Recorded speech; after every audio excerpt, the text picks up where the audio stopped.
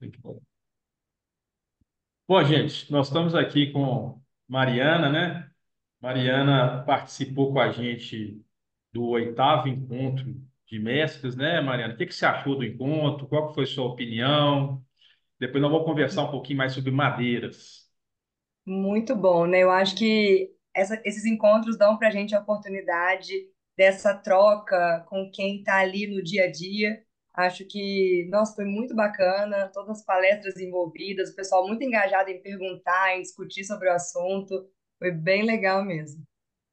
Pois é, e esse encontro é todo janeiro e você já está convidada para o próximo, tá? Você Ah, já tô é nosso dentro. convidado.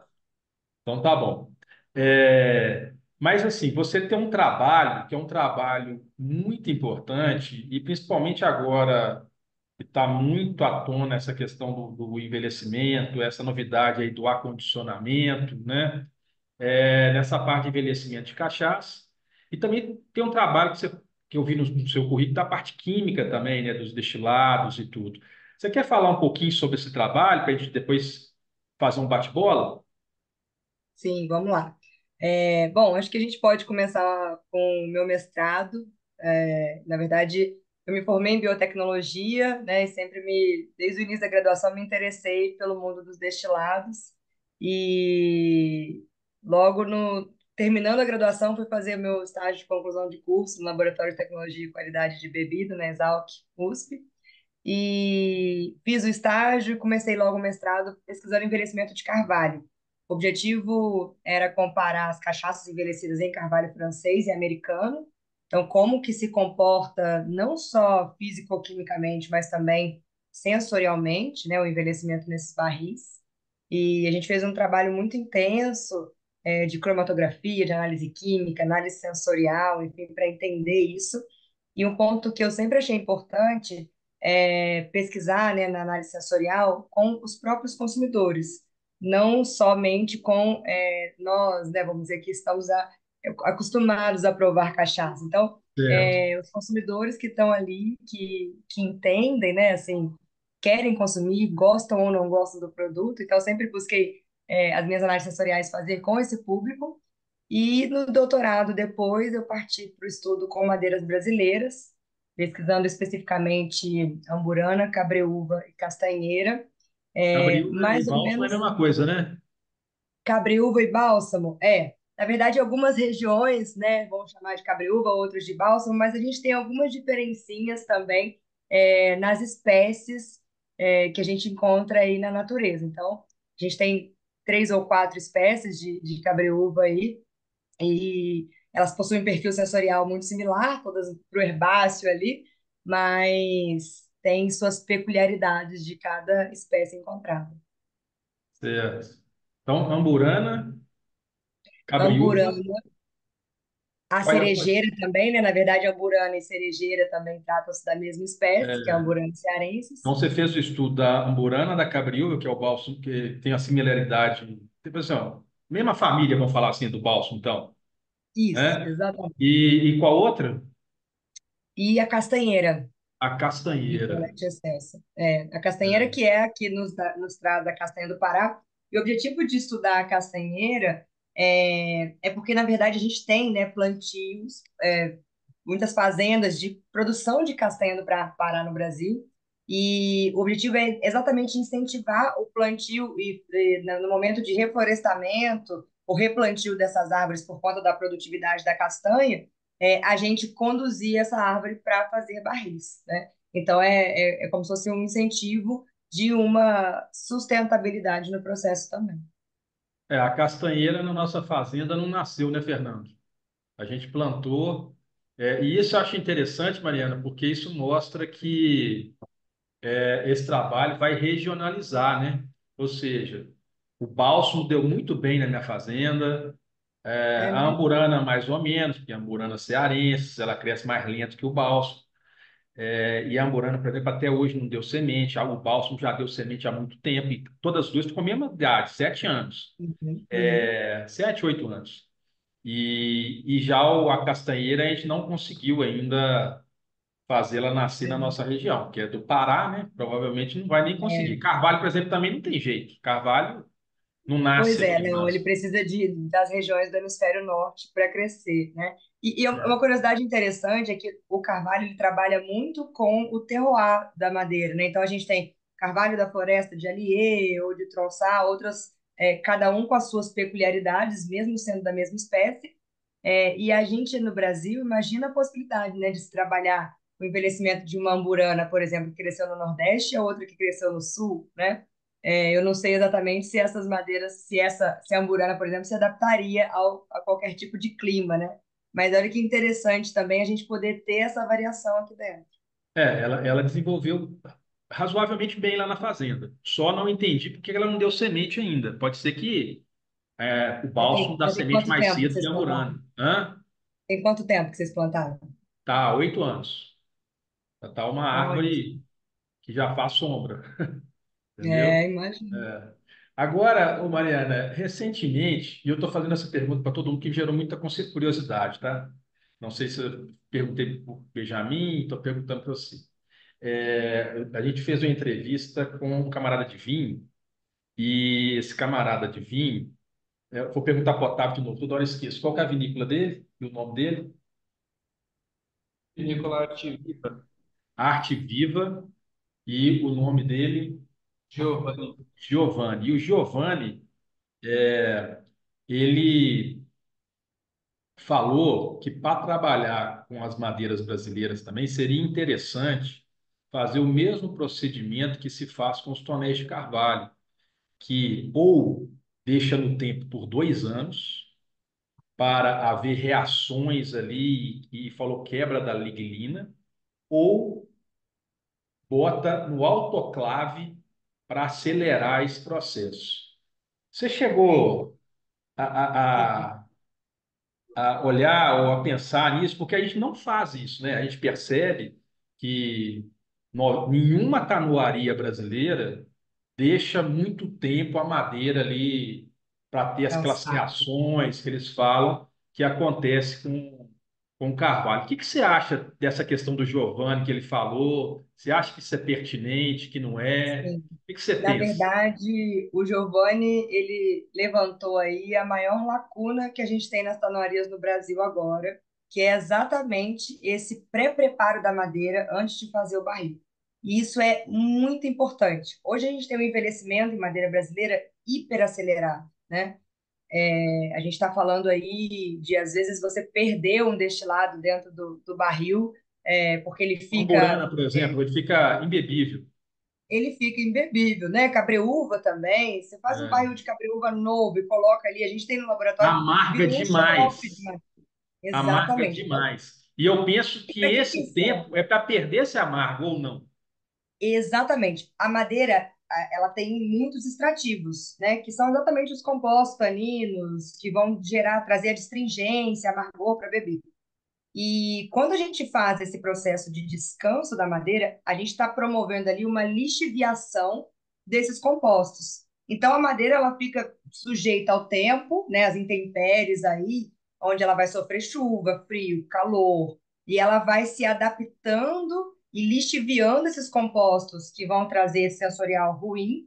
E a gente é como se a gente estivesse fazendo um amaciamento da madeira, né? Eles chamam lá fora de seasoning, que é exatamente deixar no tempo, né? Alguns métodos utilizam, não é nem autoclave, mas grandes estufas, só que o método de estufa também, ele é um pouco mais delicado, porque a gente tem perigo de rachar a madeira, então tem que ser uma estufa com secamento bem lento, uma secagem bem lenta, às vezes até umedecendo durante o processo de secagem, para a gente não trazer rachaduras. Trincas. É. Exatamente. Mas Então, aí eu já assim, estou pensando no meu lado aqui, da minha floresta e dos meus galinhos, dos meus uhum, galhos de árvore, que aí eu não teria a preocupação com relação a trincar essa questão, né? Que você vai fazer os fragmentos de madeira. uhum, E essa questão do tempo, para mim, também não vai ser problema nesse teste que eu quero fazer. Por quê? Porque você pega os galhos, bota lá e deixa 2 anos, né? Agora, a questão da estufa também pode ser interessante, né? Fazer um é, teste disso aí. é. O autoclave, quando a gente fala autoclave, ele é Você acha que poderia ser o autoclave com água fervendo ou seria o a seco que o Giovanni quis falar? Na verdade, assim, um investimento no autoclave é muito alto, né? Ainda mais para você colocar madeira dentro. Isso a gente usa hoje para a indústria da tequila. Se você pudesse conciliar, né, assim, produções de, às vezes, outras matérias-primas com isso, ok, talvez até vale o investimento. Mas a autoclave, ela tem um processo que ela vai trabalhar com temperatura e pressão, então ela vai acelerar, ao invés de A 2 anos, você vai extração deixar ali vai alguns. acelerar a expulsar esses líquidos de dentro da madeira pela pressão, não é? Exatamente, É. exatamente. Mas eu já vivi a experiência também do Afonso Locatelli. Eu lembro quando ele trabalhava com a castanheira, ele pegava essa castanheira e falava para jogar na água, sem pressão, sem nada, que aí saía um Fervia. óleo preto dela. Quer Uhum. dizer, você jogando na água, de alguma forma, muito pouco, mas sai alguma coisa já, Sim, entendeu? com No caso da certeza. castanheira. É. Jogando na água, tem taloaria aqui no Brasil que tem o método de fervura da madeira. Então, ela põe num banho de água quente, ferve, e aí ela está amolecendo já a madeira para fazer o barril, mas também lixiviando esses compostos. Então, assim, são estudos até, assim, a gente não tem muitos estudos sobre isso para a madeira brasileira, para o carvalho a gente até tem, e é interessantíssimo de ver, né, como os taninos, eles vão abaixando ao longo do tempo de seasoning, mas aqui a gente não tem esse estudo tão, vamos dizer, detalhado assim. Mas seria muito recomendado se a gente colocasse, de alguma forma, esse processo nas nossas panorárias. Isso daria É. uma super diferença no nosso produto. E eu, de forma empírica e fazendo meus experimentos lá, eu tenho percebido realmente, por exemplo, principalmente o bálsamo, que amarga muito, se você pega o bálsamo, não tira a casca e faz o acondicionamento, é muito amargo. Agora, se você pega o bálsamo, tira a casca, seca ele na panela e secar bem mesmo, a ponto ele quase torrar, e botar ele, o resultado é extremamente diferente. Muito diferente mesmo. E recentemente eu peguei um material com o Maurício Maia, onde ele falou que o bálsamo bem tostado dava um aroma toffee, um aroma de bala toffee. Eu fiz o teste também, impressionante. Como que muda. Então é cada Exato. surpresa, né, Mariana, que a gente tem no mundo É. das madeiras brasileiras. E assim, como o professor Benjamin fala, a gente está simplesmente tateando esse mundo. Ou seja, nós estamos praticamente no início de um trabalho, onde não se tem estudo nenhum praticamente, né? Tem Uhum. muito por fazer, a gente tem que valorizar o que já foi feito, mas muito pouca coisa feita ainda em termos de madeira brasileira, em termos de tecnologia mesmo, né? Estudo mesmo, pesquisa, né? Uhum. O que que você... Exatamente. A gente está aí engatinhando ainda no mundo do envelhecimento, né? Hoje a nossa maior referência é a Europa, os Estados Unidos, né? Eles começaram a envelhecer milhares de anos antes da gente, mas eu acho assim, como eles estão na frente, né? A gente tem muito que aprender com eles também. Então, a Uhum. gente trazendo técnicas que eles utilizam lá para para nossa produção aqui, isso é muito importante. A gente fala de tosta e a gente também parte para um outro mundo, né? Tosta, carbonização, enfim, são processos que é até difícil se trabalhar com madeira brasileira, visto que ela já tem muito extrativo, né? Talvez se a gente fizesse esse processo de lixiviação desses extrativos, a tosta faria muito mais sentido. No meu doutorado, eu não encontrei diferença nem sensorial, nem fisicoquímica entre barris tostados e não tostados de madeira brasileira, justamente porque esses extrativos se sobressaem. Então, a tosta acaba não fazendo efeito no Não fazendo barril. efeito. Entendi. Ótimo. Fernando e Otávio, vocês querem perguntar para a Mariana? Bom, o Otávio é mais Otávio, velho, tem direito. vai, Fernando, pode ir. Bom, Mariana, eu queria fazer 5 perguntas, objetivamente, mas de uma vez só, né, para Vamos ver Vem se eu vou cá. lembrar de tudo. Vamos devagar. Precisa nem anotar, não.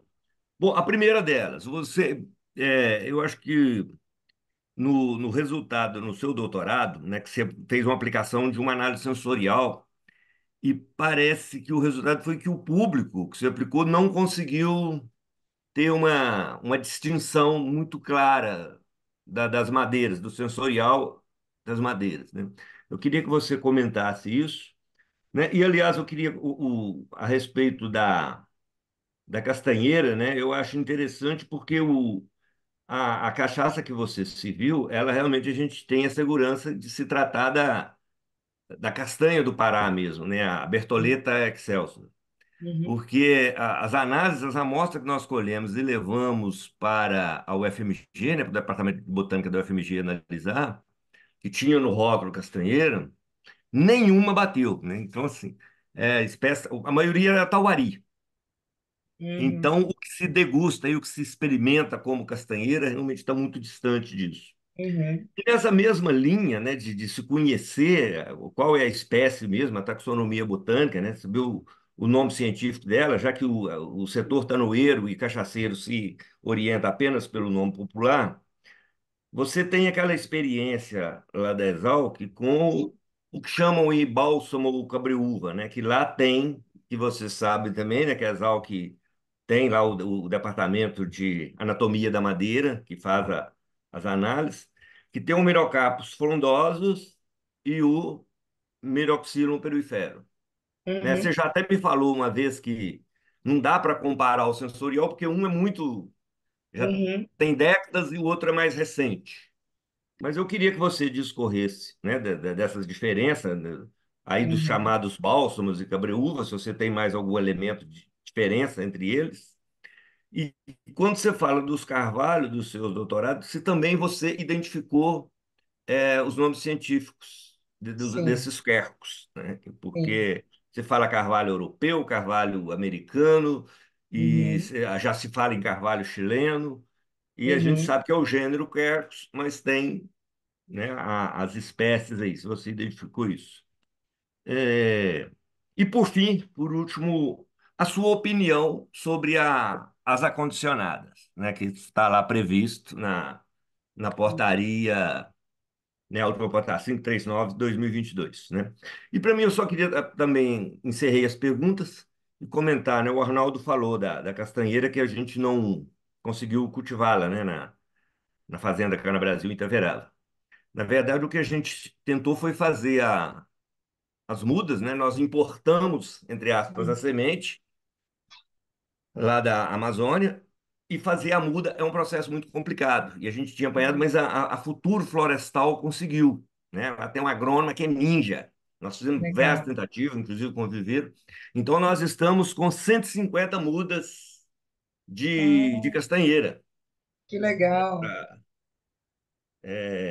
Que para novidade plantar Para maravilhosa, aí, Fernando. recomeçar, né, o para processo. plantar em outubro, né? Estamos com esse desafio aí. Que Mas que legal. acabou dando certo. Aquilo que a gente já tinha uma frustração, vamos ter as mudas sim para plantar em outubro. Ótimo. Mas Espero é que dê. isso então, Mariana. Obrigado. Imagina. Bom, vamos lá. Se eu esquecer de alguma coisa, vocês me retomam aí. Começando pela não diferenciação, né, da análise sensorial no meu doutorado. Sim, o que aconteceu foi, na verdade, eu pesquisei processo de envelhecimento, no quesito espécie de madeira e tempo, né? Então, eu tinha ali diferentes tempos de envelhecimento e diferentes espécies apresentadas para o meu provador provar, né? E me trazer ali se ele sentia a diferença entre elas ou não. E não houve diferenciamento por tempo de envelhecimento. Só houve diferenciamento por espécie. Então, uma amostra envelhecida 6 meses, 1 ou 2 anos, né, na verdade, até 3 anos, elas eram consideradas iguais pelos meus provadores. Então, que conclusão a gente chega, né, a partir disso? Como o envelhecimento em madeira brasileira ele é muito intenso, e aí começa já no nosso começo, né, da entrevista aí, realmente por conta desses extrativos, e é um envelhecimento muito acelerado, quem prova esse produto, ele não está buscando tempo.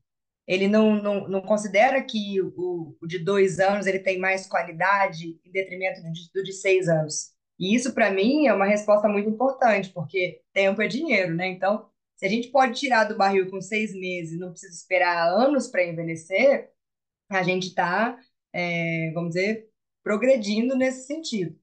Então, o que não teve diferenciação foi com relação ao tempo, e isso vocês podem até perceber, né? Assim, como a gente tem, na verdade, as madeiras brasileiras, elas sempre vêm com um blend, né? Ou de uma maneira mais branda, não tão intensa como o carvalho, isso acaba sendo positivo, porque a gente pode deixar menos tempo e ainda assim ter o sensorial que a gente quer chegar. Respondido? Bom, com relação à castanheira, né, a castanha do Pará, que você comentou. A gente fez esse, vamos dizer, esse combinado com o produtor de castanheira. Ele levou, né, os barris da castanha mesmo do Pará, as madeiras, na verdade, da árvore dele para a tanoaria, que confeccionou os barris e chegou para a gente. Então, realmente, eram barris de Bertolete Excelsa, e a gente realmente, né, as que a gente vê aí no mercado, a maioria não são dessa espécie. A gente encontra uma peculiaridade muito grande da castanheira com relação ao aroma de baunilha, muito intenso, e ela também muito parecida e similar ao envelhecimento de carvalho. Então, realmente é uma madeira muito especial para ser trabalhada, a minha preferida aí no sensorial. E, e é legal, né? A gente é muito importante essas pesquisas sempre acompanhando o processo de caracterização dessas espécies, né? De quais espécies a gente está trabalhando. E o mesmo foi no mestrado com os barris de carvalho. A gente fez o processo de importação de uma tanoaria, cuja tanoaria fez o mesmo processo de seasoning, de corte, de confecção desses tonéis, tanto para o Quercus alba, que é o carvalho americano, quanto para o Quercus patria. Então, assim a gente conseguiu comparar. Se eu compro um carvalho de um barril de uma tanoaria, outro barril de outra, eu não consigo comparar, porque eles têm diferentes técnicas de processamento, né? Então, a gente sabe que precisa da temperatura para dar o abaulado ali do barril, né? Cada tanoaria tem sua técnica, a gente não tem isso estabelecido como um padrão. E aí é muito importante que, para esse tipo de comparação, as confecções sejam de um processo muito bem estabelecido. O que mais? Deixa eu ver, deixa eu pensar. Então, respondido de castanha, carvalho. Mirocarpos e miroxilo. Mirocarpos frondosos e miroxilo balsam. Pois hoje o que a gente tem dentro da Exalc, né, são barris antigos de mirocarpos frondosos, então eles já agregam muito pouco para a madeira, para o destilado em si, né, que na verdade eram a árvore de cabreúva que a gente usava antigamente para a confecção desses barris. Hoje a gente quase é mais difícil de encontrar mirocarpos frondosos na natureza, e a gente tem o Miroxylon peruífero, né, que é o que eu estudei no doutorado, cuja intensidade também de envelhecimento está muito intensa, porque era um barril de segundo uso somente. Barril aí de aproximadamente 4 anos, 3 anos de idade, né? Então, realmente, apesar delas terem no cromatograma o mesmo comportamento com relação aos compostos que ali aparecem do envelhecimento, ela é difícil a gente comparar sensorialmente, porque uma trata-se de um barril de extenso uso, então a cachaça está clarinha de cabreúva, tem aquele herbal da cabreúva, mas não tão intenso quanto o barril novo. Perfeito, obrigado. Vou até pegar uma Não, cachaça, não, porque a já são última quase 18 pergunta que eu horas. acho que me interessa escutar é sobre a opinião dela do acondicionamento. É verdade. Bom, vou esperar o Fernando voltar aí. Vai pegar a cachaçinha dele? Uma coisa, na experiência do acondicionamento, uma das coisas que eu vi que eu achei interessante, eu tinha na minha memória, né, de trabalho com madeira, que o Jequitibá o amendoim e o frejó deixavam a cachaça mais clara.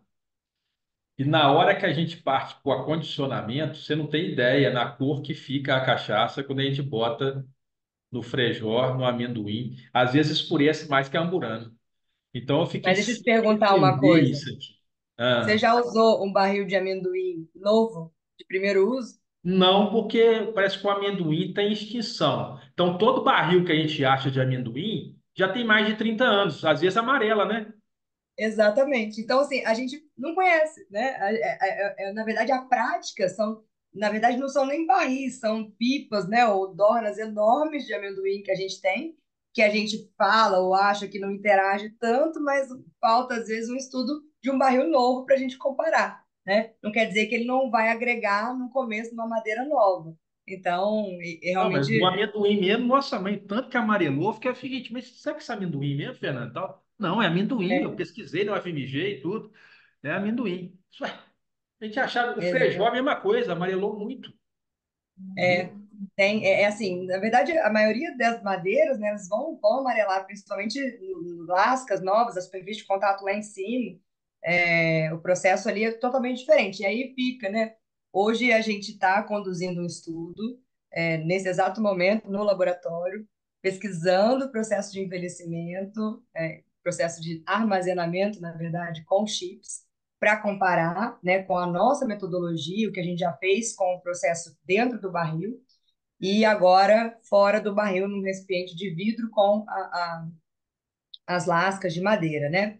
E isso a gente discutiu muito até no encontro, né, do Cana Brasil, porque a gente vai falar aí de superfície de contato, né, de troca, de oxigenação, tudo. Então, ainda é um assunto muito delicado. O que eu acho, assim, a gente não pode, no momento, comparar um processo com o outro. Opa, meu gatinho. Cachorro, gato.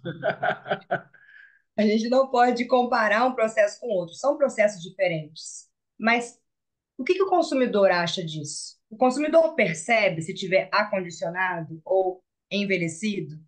E porque você falando no rótulo isso para o consumidor e ele gostando de um ou de outro, tudo bem, tá tudo certo, né? É só a gente informar, a gente não está enganando ninguém. E o importante é que as pessoas consumam e gostem do nosso produto. Então, utilizando ou não utilizando os chips aí no processo de acondicionamento, eu acho que tudo é válido. Aumentou muito a possibilidade da gente fazer brincadeiras sensoriais, né? Então, a gente pode colocar num barril com um chip de uma coisa, chip de outra. Enfim, a gente pode criar muito mais produtos. E isso eu acho que o diferencial, né, no mundo da Para mim, cachaça aproximou a cachaça do gin. Aproximou a cachaça do gin. Só que ao é contrário, né? você começa a falar um produto saborizado, né? Assim, É, exatamente. Então, assim, é um mundo de possibilidade, né? Gostar ou não gostar, vai de cada um. Mas eu fico curiosa aí para ver o que que vem pela frente de novos produtos. Eu acho que é uma oportunidade de inovação no mercado, sim. beleza, então. Otávio. Fernando, terminou? Bom, eu tinha esquecido era a opinião dela sobre as acondicionadas, mas ela acabou falando Não, ela agora, né? respondeu isso agora. É isso aí. Ela falou que isso aí é o Mas mercado que eu vai queria definir, só pelo que eu essa entendi. questão do amendoim que você falou, só queria comentar essa questão do amendoim que você falou, né, que você foi implantado na fazenda, que é o Pteroides nitens, né? A E gente identificou as análises da UFMG de alguns tonéis, barris que a gente identificou que o que chamam de amendoim é o Pteroides nitens, né? Nós chamamos ali, eu lembro da Engenho da Cana, né, do Jacos, os uhum, deles, né? Então a gente ficou que a madeira era o pterógenes. Então nós plantamos ele, né? Então aquilo que fizemos um acondicionamento, eu acho que quando você fala, esse é o amendoim, não é? Eu não sei o que você está chamando de amendoim, né? Então, e é o que eu tenho na o Exalc, pterógenes o que eu nitens. tenho na Exalc é esse aí também. Erógeno. É a mesma coisa, a gente não vai resolver essa parada, né, de bálsamo e cabreúva, é a mesma coisa. Eu não sei o que que você É. está chamando de bálsamo, eu não sei o que que você está chamando de cobre-uva, né? Eu Então, se a acho, gente não exatamente. Me fala qual é a espécie que você está utilizando, isso, que se a aí gente não aprofundar, né, em termos da taxonomia vegetal, de trazer o conhecimento da botânica para esse mundo, nós não vamos ter o aprofundamento científico, né, desejado, né, nessa exploração de conhecimento do real potencial das madeiras, né? Senão a gente é vai isso aí. ficar nesse chute aí, igual tal, o pessoal cheirando, provando tauari, achando que é castanheira, tudo meio O duvidoso. processo de pesquisa ele tem que ter rastreabilidade, né? Quanto mais informação você tiver, mais resposta você vai ter. Aonde isso foi plantado, de onde veio, né? Se o tonel é todo de uma mesma árvore, se não é, enfim, tudo isso vai fazer diferença. Mas no final o que importa é a qualidade do produto também. O Otávio está fazendo uns testes, né, lá na Cana Brasil de acondicionamento com IPs. Por exemplo, só de Uhum. IP roxo, chão de três espécies, né, só Ele tem um no defumado, plantio. né? Eu falo que o IP faz lembrar os whiskies de Islay, que são mais, é, eles trazem uma fumacinha, alguma coisa assim nesse sentido. Por exemplo, agora são dezenas de IP. O que chama IP amarelo, por exemplo, você tem dezenas de espécies, né? Então, você fala É, IP, a pessoa fala IP, que você pode estar falando de uma diversidade de coisas, né? É isso é que o Otávio vai constatar lá, né? Então, é empírico, né? Mas está pegando a espécie, aí eu falo, ó, essa garantia eu te dou, que esse aqui é o Cerratifolius, esse aqui eu tenho todos eles identificados, né, devidamente por espécie você vai legal, ver a diferença entre um e outro, porque está tudo nas mesmas condições. muito bom. Otávio, você Valeu, vai falei demais. perguntar? Eu gostaria. Mariana, eu gostaria de entender um pouquinho. Tem que colocar no mudo aí, Eu acabei de botar. tá no mudo? Abaixa o som que tá saindo, Ah, tá, peraí. porque nós estamos Na mesma sala. na mesma sala. Beleza. Perfeito. Mariana, eu gostaria de entender, e acho que também para o público leigo, de modo geral, o que seriam esses marcadores de envelhecimento e se eles são encontrados, tipo, no acondicionamento também, no Uhum, armazenamento, ou uhum. se esses marcadores precisam de um determinado tempo para ter tanta influência na madeira. É basicamente isso. Tá, legal. Bom, quando a gente coloca um destilado em contato com uma madeira, a gente tem a degradação ali da estrutura da madeira, né? Seja ela solubilizada, pelo etanol presente na bebida, seja pela água presente na bebida. Então, a gente tem uma interação acontecendo ali, o que traz para esse destilado o aparecimento de novos compostos, que a gente chama de congêneres de envelhecimento, porque são aqueles que são agregados, né, após o processo ou durante o processo de envelhecimento. E cada madeira tem o seu perfil congenérico, a gente chama de assinatura, né? Então, por exemplo, a amburana, ela é rica em cumarina, que é um marcador de envelhecimento utilizado para amburana. Cada madeira, ela tem, dentre os marcadores, dentre os congêneres de envelhecimento, um que se sobressai, um que se destaca mais, sabe? E isso pode variar, isso varia de uma espécie para outra. O que mais que você perguntou? Basicamente, esses marcadores eles aparecem então com pouco tempo. No caso, a condicionada, quando já começa a ter a cor, um processo ali sensorial, é, se Já for tem a presença analisar desse aquilo, marcador. já tem um marcador. Conforme o tempo vai passando, essas concentrações vão aumentando, mas também diminuindo, porque é um processo dinâmico, né? A gente tem ali vários marcadores e uns se oxidam, se transformam em outros, e aí eles vão. É muito dinâmico aquilo ali dentro. Então, mas de qualquer forma, dentro de uma madeira em específico, qualquer tempo de envelhecimento, um marcador específico vai aparecer. E é isso que a gente tenta encontrar nos estudos atualmente. Qual é o marcador daquela madeira específica, para exatamente auxiliar no processo de identificação das madeiras durante o processo de envelhecimento, né?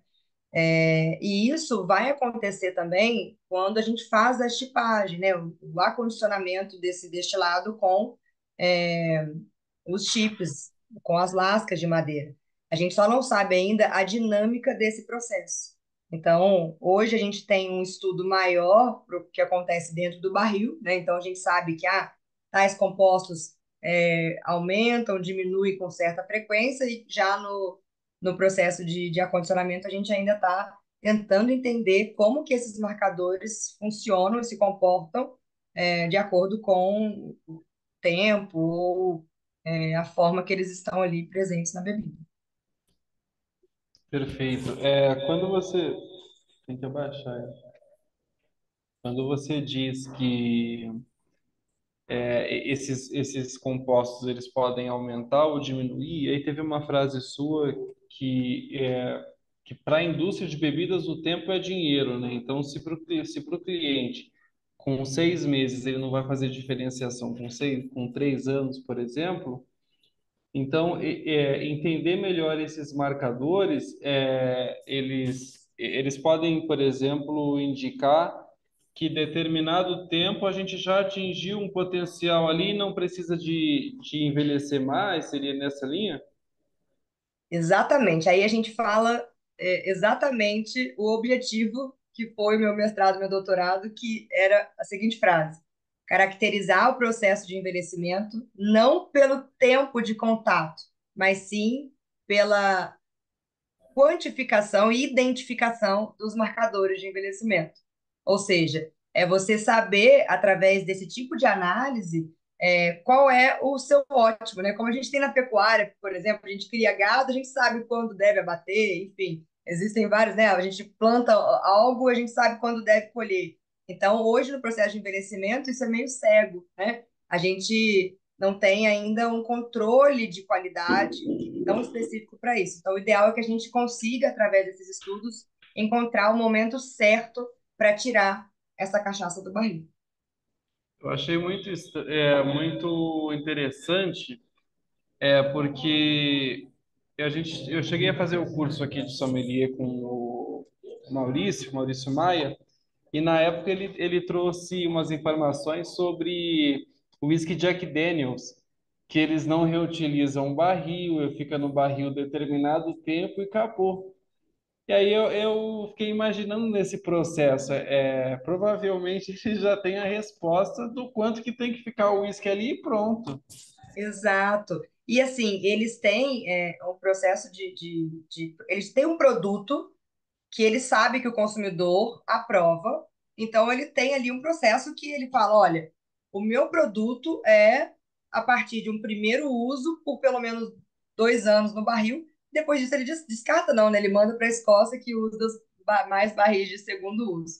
Então, assim, é isso, a gente entender aonde eu quero chegar com o meu produto, e aí sim, se eu vou usar um barril de extenso uso, se eu vou usar um barril novo, se eu vou usar, né, uma tosta ou não, então, tudo isso é válido, depende do seu consumidor. E você chegou a identificar que a tosta, tem que abaixar, não? Que a tosta não fazia não fazia diferença devido à madeira não ter esse processo de cura, que é esse processo de tempo. Provavelmente é a nossa hipótese, tá? A gente não consegue confirmar, porque a gente tem que fazer agora um estudo com o processo de maturação dessa madeira, pré-maturação dessa madeira, antes de confeccionar o barril. Mas provavelmente essa diferença sensorial não foi encontrada por conta disso. Era muita informação sensorial ali, de 6 a 2 anos, eles não conseguiram perceber a diferença. Perfeito, muito obrigado, Mariana. Então, Mariana, eu queria enfatizar essa conclusão que você chegou, porque é muito interessante isso. Logicamente, que a gente que trabalha com blend, a gente já tinha percebido isso, né? Por exemplo, a Amburana. O resultado que você consegue com a Amburana, às vezes em um mês, é impressionante, entendeu? Ele já te entrega muita coisa, né? Já dá para trabalhar, inclusive. E já, por exemplo, o carvalho, mas o que que acontece também, né? Eu não sei se isso acontece com carvalho novo, né? Sei sim, já tinha experiência com carvalho novo. Não é tão intenso igual a amburana, né? É, e isso daí, quando a gente pensa, e eu sou um camarada que ainda acredito, né? Tô igual torcedor do Atlético, eu acredito que a cachaça ainda vai ser muito exportada, igual é a tequila, né? A gente tem ganhado concursos internacionais e tudo, né? E a amburana realmente é uma madeira de muito destaque. Eu acho que isso, para o Brasil, vai ser um diferencial muito interessante, porque você vai conseguir dá aquela característica de amburana, que é muito marcante, sem necessidade de tempos excessivos em tonel. É isso que você pensa que pode ser uma grande vantagem competitiva do Brasil a nível dos outros destilados aí? Com certeza. E os estrangeiros já enxergam isso, né? Já enxergam o nosso potencial. Hoje eles me procuram querendo as nossas madeiras aqui por conta desse processo de saborização muito rápido, né? Só que a gente ainda, a nossa noaria ainda não consegue suportar esses pedidos que vêm de fora, né? Então, assim, o importante e a gente alinhar aí realmente, esse é o caminho, ótimo, a gente vai envelhecer, vamos colocar, acelerar o processo de envelhecimento, só que a legislação precisa acompanhar isso também. Porque hoje o que a gente tem para chamar de envelhecido tem que respeitar, né, uma regra, enfim, de alguns meses armazenado ou um ano para envelhecer. Então, dependendo da condição desse barril, um ano é muito, né? E aí a gente vai ter que ir adaptando as nossas legislações para possibilitar isso daí.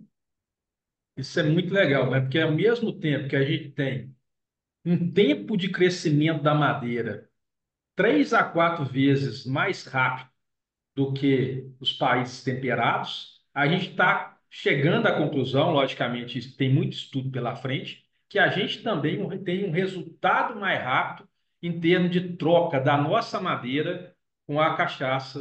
Então, isso daí a Exatamente. gente está com uma vantagem competitiva bem interessante para ser trabalhada, né, Mariana? E Com muita coisa para certeza. estudar pela frente, né? Bom, eu não sei Muita. se o Fernando tem mais perguntas, se o Otávio tem mais perguntas. Certinho? Eu Ué, só então, queria fazer um comentário final, tá. uma curiosidade que eu notei que a Mariana, as pessoas geralmente quando começam a estudar a madeira, né, elas acabam elegendo uma predileta. E a Mariana confessou a dela aqui, né? E então eu noto que às vezes as pessoas, quando identificam, o que me chama a atenção é que acaba elegendo a predileta uma tropical, as brasileiras, né? Embora a gente tenha essa universalidade, né, essa hegemonia do carvalho, mas no momento que as pessoas vão estudando as madeiras e aprofundando, né, ficando mais íntimo delas, acaba elegendo uma predileta. Então, eu observo muito isso. Anotei a sua predileta aqui, eu fico fazendo uma listinha aqui da. Eu não prestei atenção nisso. Foi a castanheira? Foi a castanheira. Oi? Ah, tá. É Foi. porque eu agora eu falo assim, será que a castanheira que a Mariana provou é a castanheira que eu tenho como referência? Porque eu acho que a minha foi Tauari. Então, eu não sei, às vezes eu não sei o que Não, é uma castanheira ainda, né? Uma castanheira A gente tem certeira, que né? fazer, a gente tem que fazer um treinamento aí dessas diferenças. Então, vamos pensar nisso Entre... aí. Vamos pensar É, em fazer alguma coisa junto, então. Então boa, tá bom, boa. gente. Obrigado, viu, Mariana, pela atenção, né? Agradecendo de novo pela presença e que nos agregou muito ao nosso encontro desse ano, né? E agradecendo também por estar voltando para falar um pouquinho mais aqui no Cana Brasil, né? E dar aí, passar um pouco dessa experiência, essa troca de estudos, né? A gente fez recentemente uma conversa com o professor Benjamin também. A gente quer conversar com o Wilton, que fez um trabalho de mestrado recente sobre acondicionamento, com um resultado muito interessante. E a gente Legal. precisa realmente dessa interação, né? Porque o Brasil é um país muito grande, a gente tem estudos sendo feitos para tudo que é lado, e a gente tem que fazer isso somar, né? Exato. E eu, aí, Fernando e o Otávio temos buscado exatamente coletar esses elementos aí para a gente ver se a gente consegue fazer uma soma, né? E com Exato. certeza esse assunto vai ser muito importante para o próximo encontro. Ou seja, esse assunto de envelhecimento e acondicionamento e né, não tem fim, né? Porque nós estamos, Não tem como fim. diz o professor Benjamin, tateando ainda esse tema. Então, É muito isso aí. obrigado, viu, Mariana? E até a próxima oportunidade. Tá joia? Agradeço, Arnaldo, Otávio, Fernando. Obrigada aí. Obrigada pelo convite. Estamos juntos sempre. Contem comigo. Muito obrigado, Mariana. Tchau, tchau. Tchau, tchau. Tchau.